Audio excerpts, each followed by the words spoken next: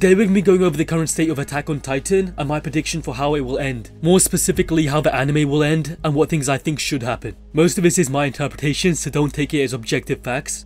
So obvious spoiler alert for anime onlys, I will be going over manga ending material. Okay, you have been warned. This is somewhat of a continuation of my anime original ending theory video, which you guys can check out if you want, but it's not necessary, so don't worry if you haven't watched it. I have heard Isayama is now more involved in the anime than ever before, since he's not working on the manga anymore, so he's more free. Now the reason I'm making this video is because this is the final part of the season, which is confirmed to only have 12 episodes in total. This week's upcoming episode is episode 10, meaning there's only 3 episodes left to cover 11 chapters of the manga. Recently the anime's only been covering singular chapters episode by episode, so there's no way that they're gonna have enough time to wrap everything up in this very short amount of time, if they keep on moving at the rate they've been moving at recently. It's been leaked that the final episode of the season only covers up to chapter 130. I can't confirm it with 100% certainty, however I do think it's probable since the majority of leakers are saying that, including the very reliable ones too. So if that is the case, what does this mean for the rest of the series? Well, it could mean several things. It means we could get a very high production movie after the conclusion of the anime. I mean, there's a ton of anime in the last decade that have produced movies, successful movies, canon to their respective anime continuities, most notably the Dragon Ball and Naruto franchises. This could be a very high grossing movie. So if it is a plan, I feel like we would have to wait a while for that movie to drop. Our next option could mean that we maybe get an episode over an hour long that wraps everything up after the 130 episode. Kinda like how we got extra pages for the final chapter of a manga to flesh it out a bit. The pacing works out almost perfectly because there's only a few more normal 20-minute episodes left or required to wrap things up if they're planning to follow the manga's direction and continuity. However, I can't see them going down that path since they'd be lying. There wouldn't in fact be 12 episodes, and episode 12 wouldn't be the final episode. Technically there'd be 13 episodes, but who knows. So lastly, the most likely outcome is, without trying to upset people, another season of Attack on Titan. So basically, Attack on Titan Season 4 Part 3. Yes, I know if that was the case, it'd seem almost like Isayama and Mappa are trying to squeeze every last drop of juice out from a cash cow, surprisingly. I didn't see that one coming. But think about it, if you do believe that we're gonna get an Attack on Titan anime original ending, or an ending different to the manga ending for the anime, not that it matters because I think an Attack on Titan anime original ending is possible for any of these outcomes really. However, I think it's especially possible if we get Season 4 Part 3. Now you're probably wondering, hey Bullet, if they go ahead with another season, how are they gonna manage to flesh out beyond just 5 or 6 episodes, since that's all they really need? And that is a good question, but I'd answer that by saying that they could add additional content like anime explanatory stuff, or go with a different ending, etc, etc. Ultimately what I really mean by this is they can just create a longer ending, which is different to the events of the manga. So yeah, those are the 3 main options I see. I can't say with 100% certainty one of them are going to happen over the other. And I don't think it really affects whether we're going to get an ending different to the manga. Since, you know, we could get a movie, we could get a 1 hour long episode, we could get another season. It really doesn't matter. Now obviously my personal prediction kind of depends on if we're going to even get one in the first place. So since my previous video about an anime original ending, I did some more research into the kind of ending we could get if they do decide to do a new ending. So just to confirm, my previous video was more so about if we're even going to get an anime original ending. This video is more so about what kind of ending we might get if it does happen. Of course I took some heavy inspiration from a ton of people. I will link all sources down in the description below. Now moving into the main part of the video. If we do get a different ending to the manga, what will that ending be? I think the one that makes the most sense is a timeline theory. It's the idea that there's multiple timelines within the Attack on Titan multiverse. The timeline theory suggests there's 2 other timelines connected to the manga continuity, and they're all determined by Mikasa's answer to Eren's question in chapter 123. In chapter 123, Eren asks Mikasa, "What am I to you?" Supposedly, there's 3 different answers and 3 separate timelines. It essentially determines the route that Eren takes. And the anime should have covered it a few episodes ago, but they haven't yet. So there must be a reason to why they haven't, and I'll go over why they haven't in a second. So before I get to that, let me just quickly explain what the timeline theory even is. So the theory goes, timeline 1 is Mikasa's ideal route, the original continuity. Timeline 2 is Armin's ideal route, the manga continuity. And timeline 3 is Eren's ideal route, the anime continuity. So the first and original timeline is one that's already shown in chapter 138 of the manga. Within the chapter, Ymir shows Mikasa the outcome of if she had told Eren that she loved him when he asked, "What am I to you?" If you guys can remember correctly, Eren and Mikasa ran away together because of their lack of resolve. Eren lives with Mikasa peacefully for 4 years on Paradise Island because he couldn't send his story to hell and commit genocide. The last thing that Eren hears is Mikasa saying "see you later Eren" as he fades away into the abyss of death. Now you might be wondering, hold up Bullet, how do we even know this isn't just like a prediction or an illusion? How do we know this is a genuine timeline? Well, we know that it probably exists since in the first chapter of the manga, when they're first being introduced to Eren, Kid Eren sees the same Mikasa who ran away with him in another time in what is supposedly a dream. Mikasa tells him "see you later Eren." This is the exact same shot in which Mikasa holds Eren's head as he fades away due to the curse of Ymir, as she says "see you later." The only difference is we're seeing it from Eren's perspective. We know it's the exact same scene because the background has shorter grass just like in a long dream. Mikasa is older, she has shorter hair that is perfectly aligned with the Mikasa from a long dream. After waking up peacefully from his slumber, if you guys look at the official coloring for the first chapter by Isayama, you'll notice that memory of Mikasa that Eren has right at the beginning. It's got this orange tint to it. This might be because it's a memory, but I don't think he's ever depicted memories like this before. So to me, it seems like this conversation is happening during dawn. What's very interesting about this is there's another conversation that happens at dawn too, the one between Eren and Historia. So there's a clear connection between those two conversations. So there is something going on there, and I will talk about that later on. Eren even asks Mikasa why her hair is so short, and Eren is also crying. The original timeline was essentially Mikasa living with Eren just like she wanted. So according to the theory, the beginning of a manga, the first chapter, is the second timeline. So within the second timeline, Eren has basically woken up from the original timeline. He's experienced the longest dream in his own words, and he can't remember what it was about. Essentially, he's experienced the first timeline, and he's moved on to the second timeline. It should be noted that Eren does forget what the dream was about after waking up, but you're probably really confused on why this is happening in the first place. Why is it that Kid Eren has just experienced what happened in another timeline? And I'll explain that in a second. The name of this first chapter in the manga is To You 2000 Years From Now. This refers to Ymir, who died 2000 years ago, sending Eren a message. So to me, it seems like the founder Ymir is the one showing Eren what happened in the previous timeline.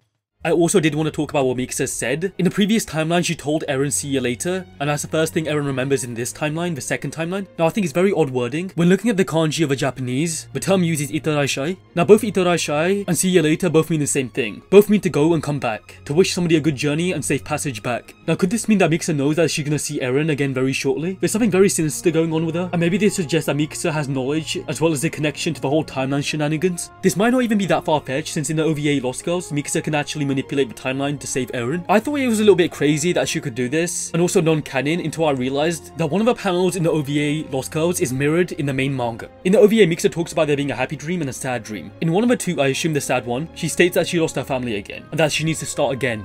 In the actual main manga, this exact same panel is depicted with slightly more subtle wording, which Mikasa says again and again she's lost her family. She remembers the pain of losing them, so she needs to start again. Now what could this mean? This isn't the first time something like this has happened. Again, in the manga, when Eren is trying to save Mikasa, he ends up being choked by this bandit, and Mikasa says she's seen this before, over and over again. She imagines Eren as his butterfly dying to a mantis. I used to say that it was Mikasa who was his butterfly, but it might make more sense for Eren to be his butterfly, and Mikasa to be a mantis. Since a female mantis is apparently meant to decapitate their male partner's heads off, meaning the male is always destined to die, so I think it's pretty fitting for Eren. So what is it that Mikasa needs to start again? It seems like the term again and again and starting again is wording heavily associated with Mikasa throughout the manga, especially when her family, Armin and Eren, are in danger of dying. She constantly has these headaches as well. So what's going on with Mikasa? Does she have the power to start again? If so, how does she have this ability? And most importantly, why does she have this ability? It seems a little bit odd Mikasa has this type of power. It would make more sense for the founder Ymir to have this power. So could it be Ymir granting Mikasa this power? Possibly. Especially if you look at it this way. Maybe she's helping Mikasa because later in the manga it's revealed that Ymir sees something in her. We don't know exactly what she sees in Mikasa, but apparently it's something only Ymir would know and understand. You could argue that Eren saved both Mikasa and Ymir, so are now fully devoted to Eren, and now Ymir is helping Mikasa save Eren, even though Eren is destined to die. And I'll leave you with this line: if she doesn't fight, she can't win. This is something that Eren told her. Back to me explaining the second timeline of the manga timeline. You know what happens from here? It ultimately comes down to that question, when Eren asks Mikasa, why am I to you? However, in the manga, she answers it ends with the defeat and death of Eren, as well as Armin getting the opportunity to have peace talks exactly what he wanted, which ultimately fails since the world destroys Paradise Island. So why did Mikasa give that answer? Possibly because if she had admitted to her love for Eren, she knows what would have happened, due to having knowledge of the first timeline. So the original timeline and the manga timeline, timelines 1 and 2, have both led to the same thing, the death of Eren and the destruction of his home. It just seems like Eren can't catch a break. He's destined to die, failing over and over, just like Takeru from Love Love, the game that Isayama was inspired by.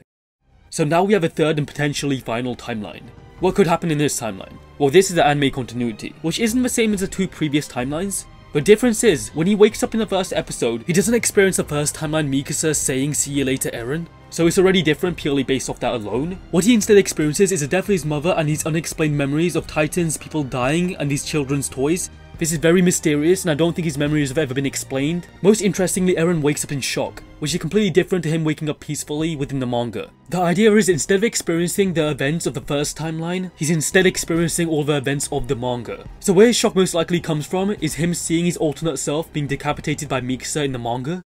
And this is when Mikasa's main differentiations start coming in. For example, Mikasa's scarf color is different in the manga timeline to what it is in the anime timeline. In the manga it was officially black, and now in the anime it's red. This could be an artistic change, however there's a few more differences. The most notable one is the fact that she turns her head to look at Eren waking up from his dream on Eren's left side instead of his right side like in the manga. Now, I'm not some crazy conspiracist or skeptic. The scarf and the head turn could just be a change in art direction or something. I mean, anime changes manga angles all the time to make them more dynamic, right? So it's probably nothing. Wrong. You see, I thought this for the longest time too, until I realized that in the anime continuity, when Eren enters the paths, he sees memories of other timelines. He sees Armin and Mikasa from a high school alternate universe that Isayama stated was canon, but more importantly, we also see Mikasa turn her head to Eren's right side and has a black scarf on, just like in the manga. So why have animes gone out of their way to animate this scene differently to like where it was in the first episode of an anime? And why would they differentiate the manga and anime when it would have been easier not to? All they had to do is trace over the first episode of the anime, but they didn't do that. Also, when entering the paths, Eren's reaction is different to his reaction in the manga. In the manga, he's shocked to see this world, but in the anime, he's got a more stern face. Instead of asking, "Where am I?" he asks, "This is." So I think what's being implied here is that the manga and anime are two different continuities, and Eren has the ability to see other continuities. To validate this further, once again it comes down to the question that he poses to Mikasa: "What am I to you?" Now, this is still an option that hasn't been explored by Mikasa. It's actually one that Eren sets up himself when he asks if he's the one who saved her. However, this time round, she tells Eren that he's the one who saved her. I can't exactly answer what would happen if Mikasa did acknowledge Eren as her savior, especially since this scene hasn't actually been shown in the anime yet, and it probably should have been by now. However, I am hearing from leakers that this scene has been moved to the final episode of this season, so hopefully that's correct. This is important because the final episode of this season will contain a conversation between Eren and Historia, since it covers chapter 130, the chapter in which Eren acknowledges Historia as the worst girl in the world and his savior. So it could recontextualize Eren's question to Mikasa if he's situated right here, in the same episode, and even possibly in the same sequence as Eren and Historia's conversation. And this time round, it might actually lead to Mikasa acknowledging Eren as a savior, just as Eren acknowledges Historia as his savior. There could be a very interesting parallel between Eren and Mikasa. According to Isayama himself, Historia is a woman who spared Eren from the depths of despair and his abyss. So if you guys have read the story of Attack on Titan very cautiously, you'd know if person A saves person B, this leads to person B loving their savior and devoting themselves entirely to them. It's the reason why Mikasa and Ymir have dedicated themselves to Eren. It's the reason why Niccolo can't let go of his savior Sasha even after she's died. It's the reason why Yelena sees her savior Zeke as a god. It's the reason Dina got married to her savior Grisha. And it's the reason why Eren can't sacrifice his savior Historia. So I think most people understand what I'm getting at here. It would be pretty ironic if Mikasa saw this as the only way to save Eren by saying that Eren was a savior, but now Eren ends up with a different woman. I mean, this timeline might even force Mikasa to disattach herself from Eren, just like Armin and the author Isayama have implied. You're probably wondering, how is this even possible? How can Eren have more than one love interest? And if you ask this, you're a goober. Obviously you can like more than one person, it's not the 19th century. Also, Isayama's main inspiration for Attack on Titan is the game of love, in which a protagonist, Takeru, in different timelines falls in love with different women. If that is the case, Historia's child could be his, and therefore the child could be the reincarnation of Ymir freeing her. Obviously at the end of the manga ending, Ymir's character didn't have any closure. We know she seeked the world free of curses and hatred, but we don't know where she went after the manga, possibly back to the paths, trapped for eternity. We don't even know why she supported Mikasa, for example. Now of course reincarnation isn't inherently the only way that Ymir could be set free, but I feel like Eren having a child could wrap up multiple themes simultaneously, so it's a good idea. It would have closure on Ymir's goal. It would also address all the themes around children within the story, like them being the future, them needing to escape the forest, child-eating parents, inheriting roles from their parents, and Eren surpassing his own father and grandfather. I think it would even explain why Eren sees children's toys right at the beginning of the story, within the manga continuity only. Now whether Eren dies or not, I'm a little uncertain, because ultimately it comes down to what kind of message Isayama is trying to tell us. Either Eren will survive, showing the viewer that he could escape his fate, or he dies and he can pay for such an evil act. It's very hard to say, perhaps showing us that his fate was unavoidable. So I may have mentioned this in my other videos, but there are ways that Eren could beat the Cringe Vengers. For example, he could straight up control them if he wanted to, but he decided not to because he doesn't want to strip his friends of their freedom. I've also wondered for the longest time, Eren has the powers of a Warhammer Titan. What was the point of almost destroying Liberio to gain this power if you're hardly gonna even use it? It seems like he didn't even need it. I guess he needed it to delay Reiner for a little bit. I was recently informed the other day that the way Eren transformed in the anime is different to how he transformed in the manga. In the anime, he transforms from a feet up, which is an ability only granted by the Warhammer Titan. Eren even made this massive deal out of how important this ability was. So could Eren use his remote control abilities of a Warhammer Titan within the anime? It's not at the realm of possibility. However, I think that's a little bit more flimsy, so I'll just leave that alone. Ultimately, all of this ending is my own prediction. I was influenced by the theories of many other people. I'll link down their channels and articles and whatnot in the description. I will also link my Discord down in the description. If you guys want to talk to me, you can. Remember, let me know down below in the comment section as well if you agree or disagree with me and why. Don't forget to check out my other videos about this topic. Thank you for watching. Please subscribe and like the video, and peace out.